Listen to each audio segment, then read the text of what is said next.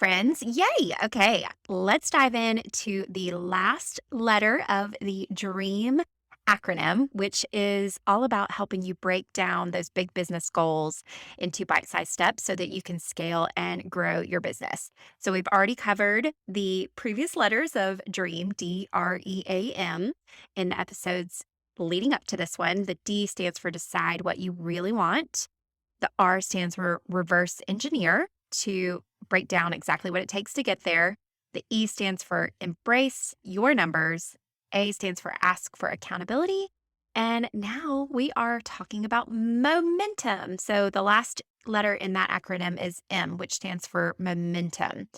And it's my goal today to share two secrets for how you can scale your business by using these two things that I can't wait to share more about. And essentially, what this is going to do is put lighter fluid on the flame of any success that you've already had, regardless of if you lead a team or have employees, or even right now in your business, it's just you. These are things that absolutely can help take your business to the next level. So, what are these two things? Number one is systems, and number two is recognition. So, we're going to dive into both of these a little bit deeper. But first, I wanted to share a funny story with you. So a few weeks ago, I was visiting with my amazing sister-in-law. Y'all will hear her story at some point. She's an incredible artist and jewelry designer, and I love her so much. And she's got two beautiful daughters. I have two daughters myself. They range from 2 to 12. And we were playing outside. They have this big jumpy house, and they were running back up. Like, it has like this slide that goes down, and there's a platform, like a little house at the top of it, but it's like this big blow up jumpy house, if you will. And so all the girls were trying their hardest to climb up like the slide in reverse. So go back up the slide to get to the little top of the stairs. And they found that they couldn't do it without having some momentum, meaning like they had to back up and they had to run and like jump and, really kind of climb their way to the top. And they found that they could do it if they took their socks off. Like, I think most of them could get that done. But they decided they wanted to do it with their socks on because it was really cold. And they're like, okay, I think we can do this. We can make this happen. So each of them took turns, like running from however many feet away, building up that momentum to climb up the top of that ladder to get to the top. And they just couldn't do it. Well, and then they found, okay, well, I can do it if I take one sock off and leave one sock on. So they kept trying and they kept practicing and doing it again and again. Well, sure enough, Lucy, my little niece, she's 5, she made it to the top. And two things happened. Some of the little cousins were like, oh my gosh, well, if Lucy could do it, then I can do it. And I'm just going to try harder. And then others might have been a little bit more in comparison mode, which there's a whole episode of that. Embrace your numbers. Go back to that episode if you want to chat more about how to combat that. But essentially, what happened for both of them is once it was possible, they knew they could do it too, and it made them want it even more. And that is momentum, my friends. So both trying to kind of take a running start and keep going and practicing over and over again, figuring out a system for how to make it happen. And then once somebody does it, you know that you can do it too. Another example of that is it used to be that they would say that it was not possible, and by they, I guess I mean scientists or physicists or whoever, that it was not possible to run a mile in less than 5 minutes. So this was back in like the early 1900s, all the way up to the 50s. They just said, yeah, it can't be done. It's not physically possible for a man to run faster than a 5-minute mile. Well, sure enough, in 1954, this dude named Roger Bannister broke that 5-minute mile, and everyone was just shocked. But guess what? 46 days later, somebody else did it. And after that, I don't know how many, but there were like tons of people within that year that made it happen. And it all started with that one person knowing and believing that they could do it. And after that, the floodgates kind of opened. So it's kind of like that story with my nieces and my daughters. And now the crazy thing is that the record for the fastest mile is less than 4 minutes. Unbelievable. It's 3 minutes and 43 seconds. So isn't it mind-blowing? So here's the take home for today. So we're going to dive into how you can apply this to your business. And the first step is by leveraging systems. So if you're not familiar with this, or maybe strategy doesn't come natural to you, don't be scared because essentially a system is just what you do consistently so that you can marry the process and divorce the result for how to build your business. So if you're feeling like, oh no, I couldn't create a system or I don't have a system, I'm telling you, if you're having success in your business, you have a system. You have something that you are doing. You have a process that it takes. There are habits involved, likely. There are steps that you take to make it happen. But until you can hone in on exactly what those steps are and what those systems are, then it's difficult to scale because to scale, it takes being able to show somebody else how to do it. So that's either if you're leading a team, say in network marketing, that's showing what's working for you to maybe the people on your team so that they can implement that for their business and they can have results too. Or if you have a team of employees, or maybe you want to grow a team of employees, you need to be able to show them what it is that you're doing so that they can do it too, right? So that's essentially all a system is it's just something that you do consistently, repeatedly. And once you figure out what it is that the system is, and you can have systems in lots of different areas of your business, we'll talk about that in just a second. But one of the biggest challenges, once you figure out, okay, this is what I do, it can be really difficult to delegate that or even teach or coach someone else how to do that same thing, primarily because you kind of might be nervous that they won't do it as well as you do it, or that it's going to take you more time to tell them how to do it or show them how to do it than to just do it yourself. So I want you to keep in mind that if you are aiming to delegate and to grow and scale, which if you want to grow your business, you're going to have to learn that. That's something I'm even learning and trying to build that muscle of delegation even on my own as we speak. But if you want to grow, you've got to learn how to delegate or exemplify the actions that you're taking, knowing that even if the results are only 80% as good as you can do it, it will get the job done. Done is better than perfect. And if you can have multiple people doing 80% work, it will lead to more results than you could ever do just on your own. And guess what? Sometimes when you delegate or if you teach someone how to do something the way that you're doing it, they might even be able to do it 120% better than you. And I see that happen all the time. Sometimes when I feel like I've got a handle on doing something and then I show somebody else like, oh, well, this is what I do. And they absolutely blow it up and do it better than I could ever do. And that, of course, builds confidence to know that you can go do it again. But even if that doesn't happen, and again, it's 80% as good as what you would do, just know that that can grow and scale your business. Done is always better than perfect. And the last thing with systems is, again, you can have systems for all areas of your business. So if you're in network marketing like me, that's my favorite business model, or maybe you are considering joining a network marketing team or starting a side hustle centered around that business model. My mentor, Bob Heilig, says that there are 4 freedom systems that you should have in your business. And he teaches on that better than I can, so you can go follow him. But just so you know, those 4 freedom systems apply not only to network marketing, but truly any business that you want to grow and scale. And those are onboarding. So what do you do if you bring on a new teammate or bring on a new distributor in your business or bring on a new employee? How do you onboard them? What is your process? What kind of expectations do you set? What do you tell them to do? Know that in this process, likely people aren't necessarily going to do what you tell them to. They're going to do what they see you do. So you're going to want to lead by example in that way. But onboarding is a very important system to get a hang and a handle on before you scale and grow your business. The number 2 freedom system is prospecting. And prospecting, from a network marketing perspective, sometimes that people consider that trying to enroll somebody in their business or to recruit somebody to do what it is that they're doing. But from Bob's perspective, prospecting is just acquiring customers or distributors. So it's basically how you present your product or service and what it is that you do or what that call to action that you ask for. So for us, for example, in my business, we sell makeup and we do before and afters, and we might do in-person makeovers.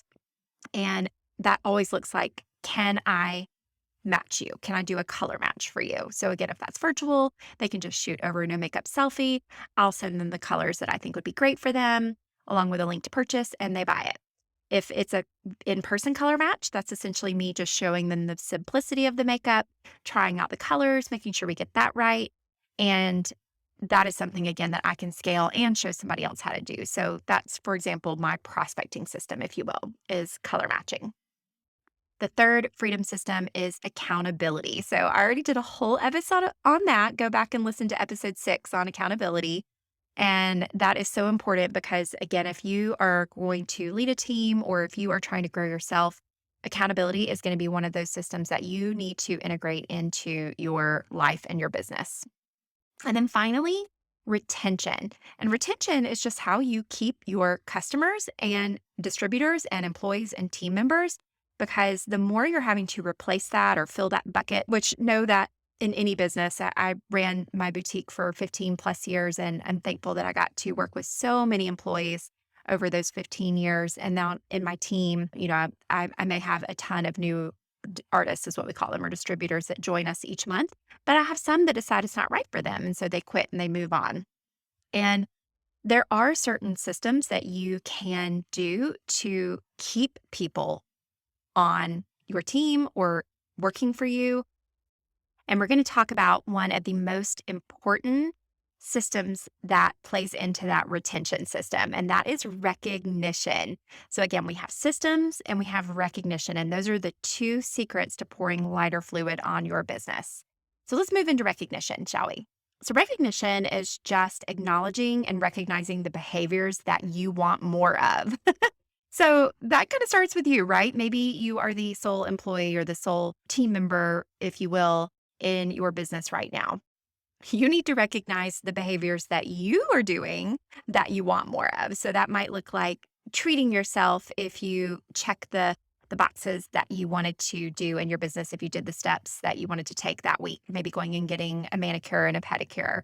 Or maybe it's, going and treating yourself to a latte with a friend at the end of the week.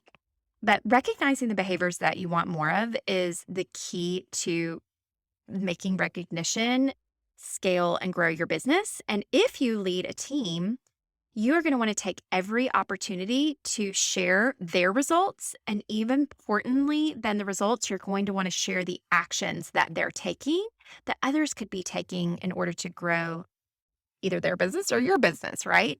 So recognition is super important because if they are like the rock stars and they are just killing it and breaking records, that's the Roger Bannisters, of course they deserve to be recognized, right? Like they have earned it, they have worked hard, and you should shout them from the rooftops.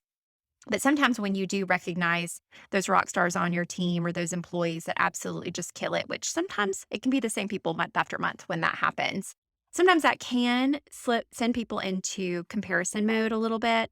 And if that happens, go send them episode 5 for Embrace Your Numbers, where they can learn that comparison is the thief of joy.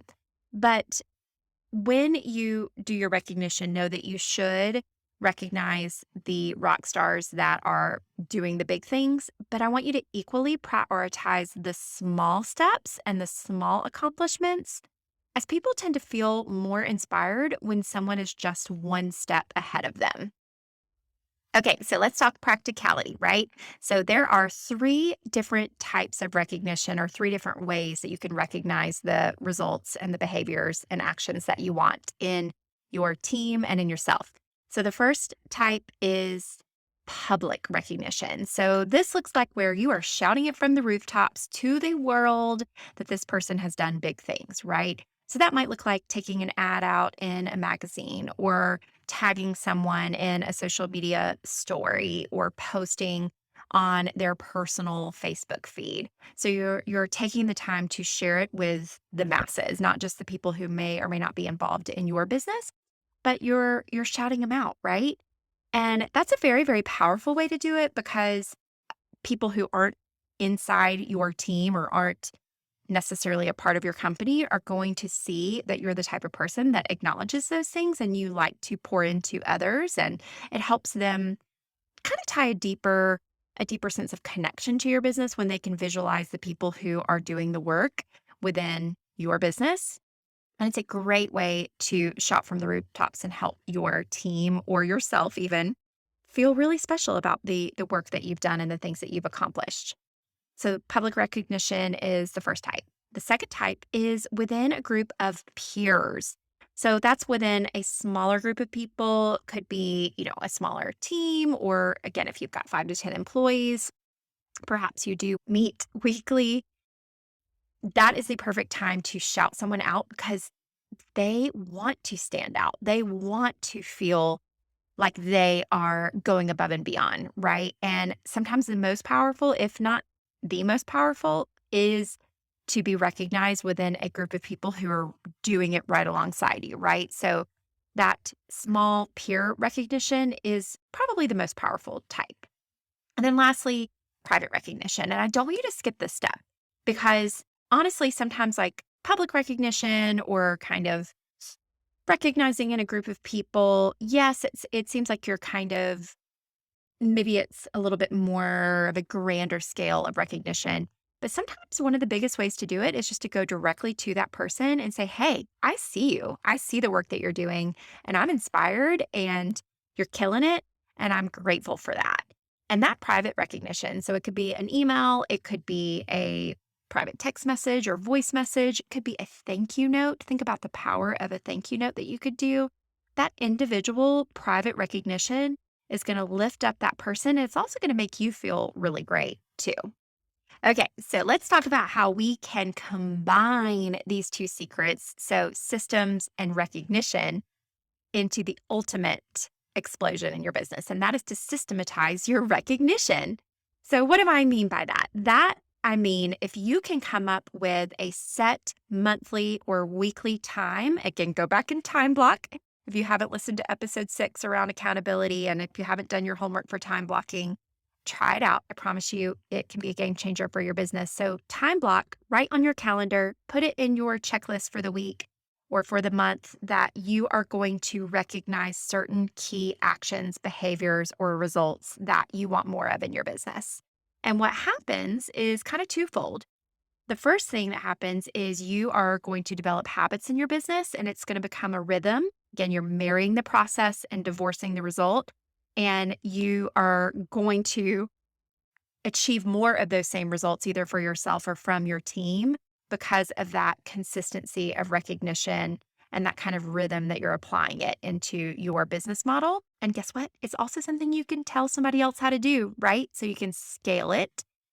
But then also, something magical happens when you start to get consistent in doing a certain type of recognition. The people around you are going to take notice and they know what it is that you're looking for. And they know that time that it's going to happen. And they want that, right? Like they can know that those actions that you're shouting out or those results that they've got either a week or a month or whatever timeline it is to do their work so that they can be recognized next time. So consistency is super important when it comes to recognition. And that's how you can focus on implementing that system is just a time block, set a weekly or a monthly time to do your recognition in your business.